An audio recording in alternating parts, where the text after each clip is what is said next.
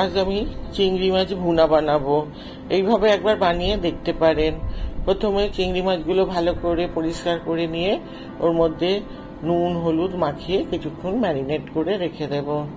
এবার কড়াইতে তেল দেব সামান্য, দিয়ে চিংড়ি মাছগুলো ভেজে নেব। খুব একটা বেশি ভাজতে হবে না, হালকা এপিট ওপিট করে ভেজে নামিয়ে নেব।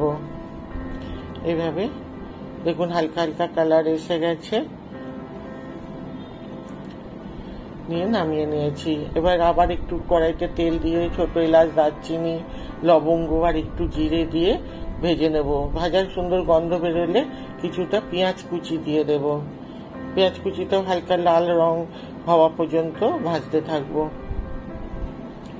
এইভাবে ভেজে নেব। এবারে আদা রসুনের পেস্ট দিয়ে দিলাম, এটাও ভালো করে পেঁয়াজের সাথে ভাজতে থাকবো যতক্ষণ কাঁচা গন্ধটা না যাবে।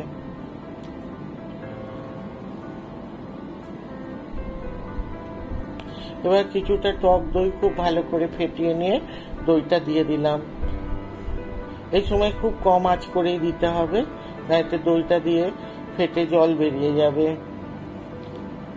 এইভাবে দইটা পেঁয়াজের সাথে খুব ভালো করে মিলিয়ে নেব।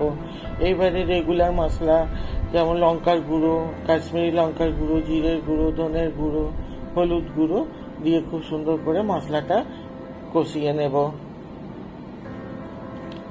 এইভাবে কষিয়ে নেব। দেখুন সুন্দর তেল ছেড়ে দিয়েছে।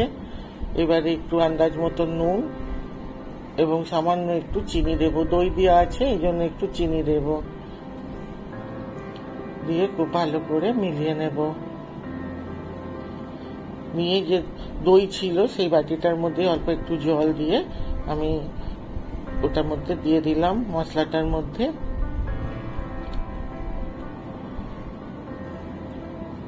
দেখুন সুন্দর একটা গাঢ় গাঢ় মতন হয়ে গেছে।